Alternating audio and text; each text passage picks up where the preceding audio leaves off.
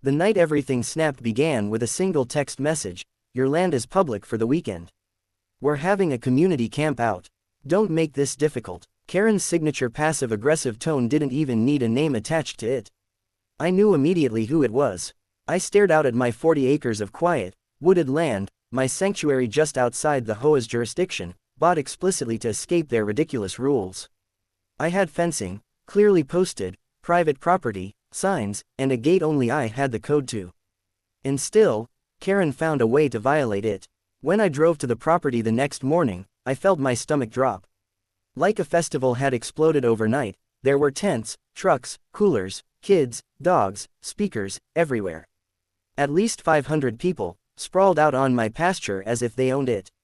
A pop-up banner read, HOA Community Weekend Retreat, hosted by Karen C. My hands clenched the wheel. She didn't ask. She didn't notify me. She didn't care. This wasn't a misunderstanding. It was a power move. I parked near my barn, stepped out, and immediately someone waved at me as if I were the groundskeeper. "Hey, can you bring more firewood to site 2? We're running low." I forced a smile sharp enough to cut glass. "I'm not staff. I own this land. All of it." The guy blinked. "Wait.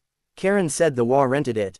Karen lied. I stormed through the field until I found her, wearing neon sunglasses, holding a clipboard, and barking orders like some kind of deranged camp commander.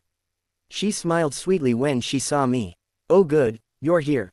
Your gate code was too complicated, so I had a locksmith remove the lock entirely. You should really use something simpler." I cut her off. "You broke onto my land. I improved access, actually." She tilted her chin. "And don't bother trying to be dramatic. The HOA approved this event. Your HOA has no authority here." She waved dismissively. "Everything around our community is within our sphere of interest. The people need nature. They need space. You weren't even using it." She stretched her arms dramatically at the crowd. "Look at how happy they are." I stared at her, stunned. "You planned a 500-person event, on property you don't own, without permission, and destroyed my gate." "Well," she said, flipping through her clipboard, "technically you're welcome to join us." The arrogance was nuclear. I took a slow breath. "Karen," I said quietly, "I need everyone gone. Now." She laughed. Actually laughed. "I'm not unsetting 500 tents because you suddenly want privacy. The event is for the whole weekend. You can build a HOA if you're that upset." She turned to walk away. And that was the moment I made my decision. I didn't shout. I didn't argue. I simply said, "Okay, if that's how you want this to go." She grinned, believing she had won.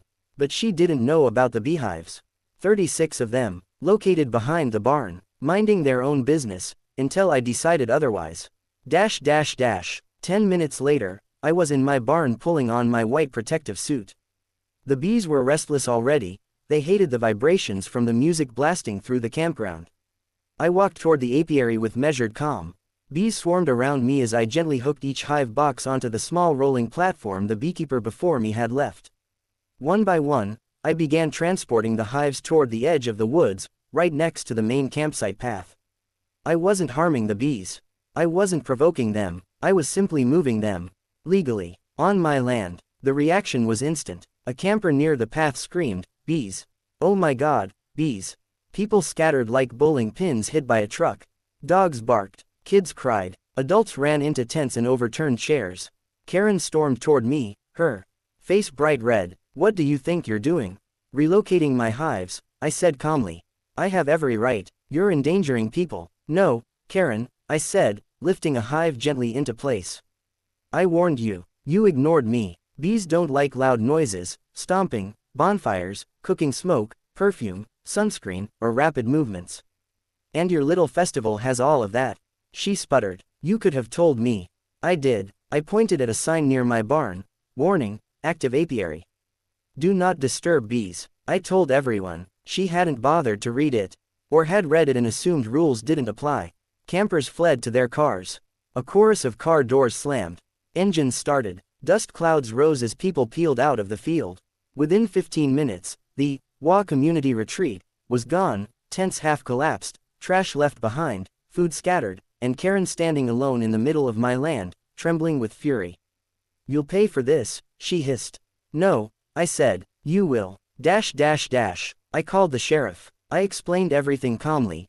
Trespassing, property damage, cutting my lock, bringing 500 people onto private land without permission, reckless endangerment. They arrived quickly, 2 cruisers, then a third. When Karen saw them, she immediately plastered on her fake smile and hurried toward them, ready with excuses. But they walked right past her to me.